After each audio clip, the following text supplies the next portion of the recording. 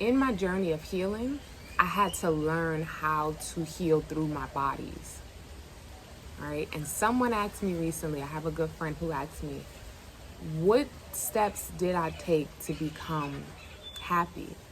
And I said, well, happiness is a choice, but I took certain steps to bring peace into my bodies.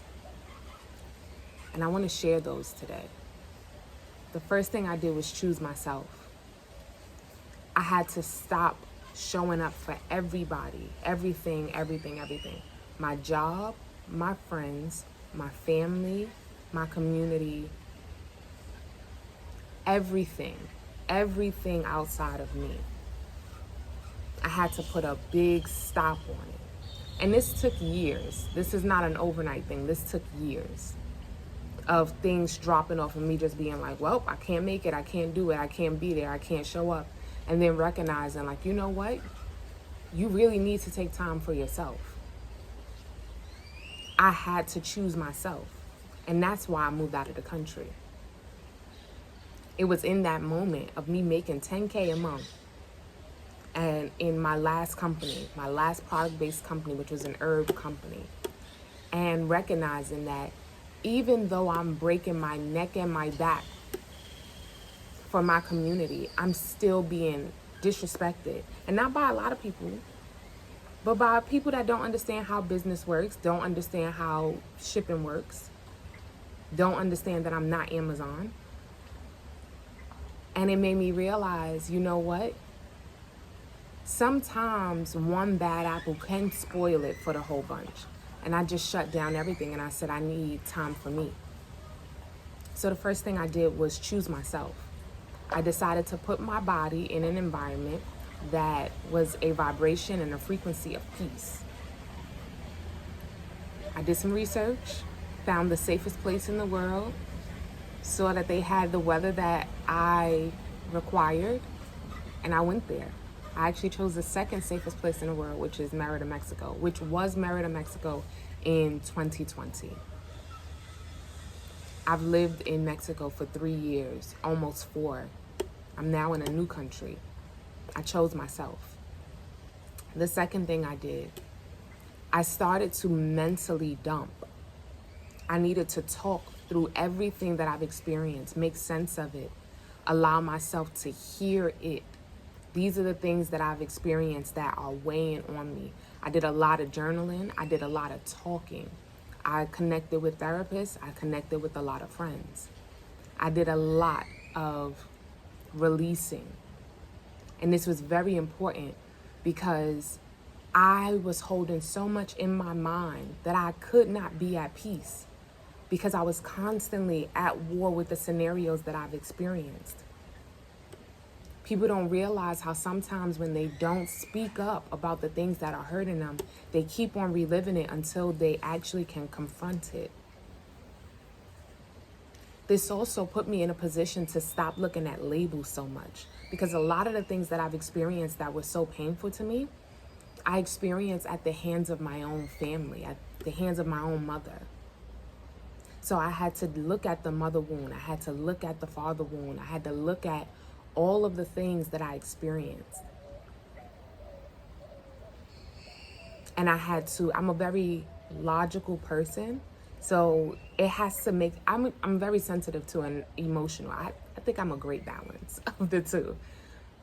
But it has to make sense to me. And then I have to be able to feel it. That was the third thing I did. Once I made sense of what it is that I was experiencing, and yes, this is my mother, and this is how she showed up, and this is the things that I've experienced with X, Y, Z, blah, blah, blah. And it's not personal to me. This is who they are, right?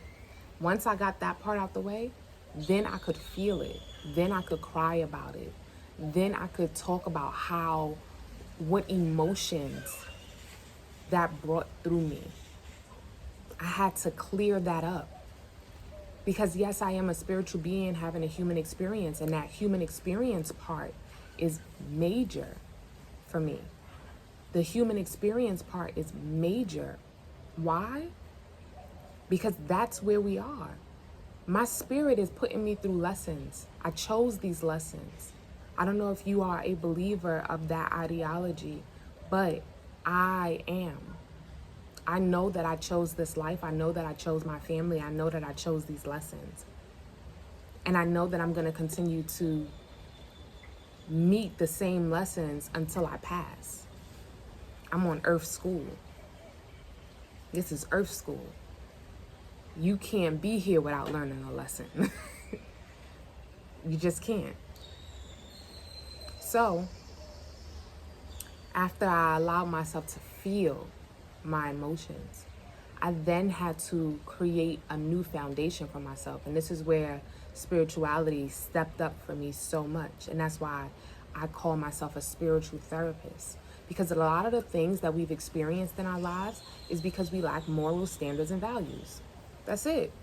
And of course, a person that is taking advantage of you is not going to give you the keys to stand up for yourself and be able to have the moral standards and values that you need to protect yourself. So they're not going to do it for you. But you have to do it for you. If you can advocate for yourself as a child, that's amazing. If you could advocate for yourself as a teenager, that's amazing. If you couldn't advocate for yourself until you became a grown adult, it's still amazing because it has to get done. So me really looking into, and I hear someone like drilling through something right now, and that's what I had to do. I had to drill new moral standards and values in my own mind. Because you're not going to treat me like that no more. You're not going to do me like that no more. I'm not going to allow it. And I had to get back into the world and allow it to be tested.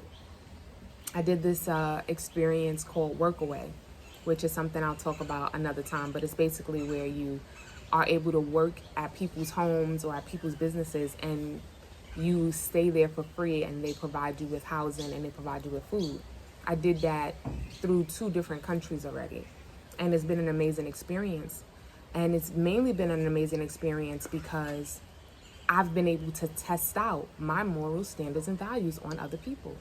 I had a situation where a man was doing too much, and he asked me if I felt that he was taking advantage of me, which told me 2 things. 1, you know you're doing too much. And 2, you think that I would allow that from you. And that's what I told him. You know that you are doing too much. You know that you are asking way more of me than we discussed via email before I got here. And 2, you do not have the power to take advantage of me, even if I'm in your home and eating your food. You do not have the power to take advantage of me. Simple. You do not have the power. You do not have the upper hand on me just because I'm in your home. Oftentimes our parents think that because they're our parents, and that whole what I say goes can veer off into pure disrespect, pure abuse, pure manipulation, but it's, oh, well, you live in my house. So when I experienced that of living in someone's house in a completely different place, completely different country, and I was able to stand up for myself, it showed me how far along I've come in my spiritual journey to where I'm not letting people play in my face, even if they think they have the upper hand, because baby, I will leave. Okay? You don't have that much of the upper hand. My grandmother taught me one thing for sure: always have your car fare home. And I did. So having a strong base for myself, building my spiritual practices, having my own connection with God, top tier. And now this last one, which is the 4th body, the physical body. Trauma can be stored in your body. There's this book titled The Body Keeps Score. It's an amazing book about how trauma can show up inside of the organs. Dis-ease shows up inside of the organs, inside of the body.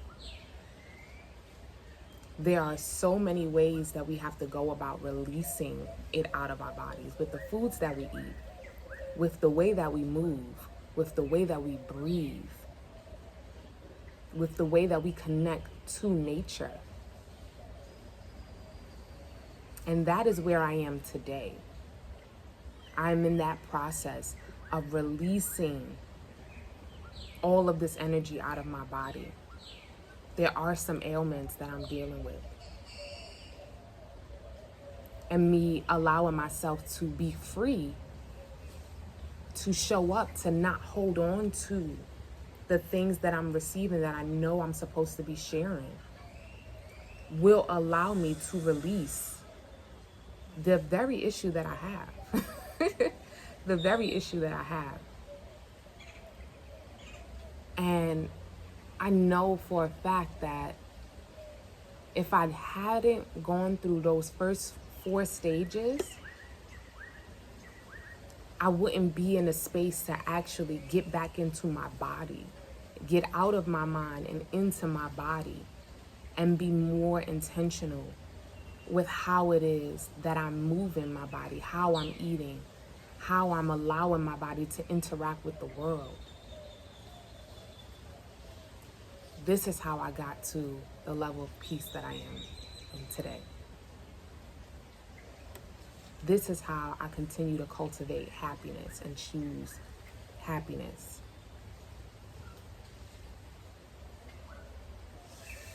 I'm looking around my environment, even though I'm surrounded by net. There's huge iguanas and stuff just out here.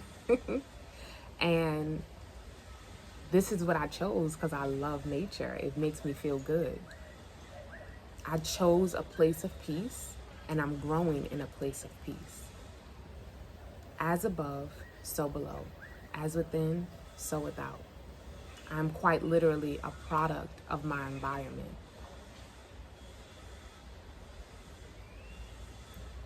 I thank y'all for being here. I thank you for listening. And I will see you in the next video. Peace.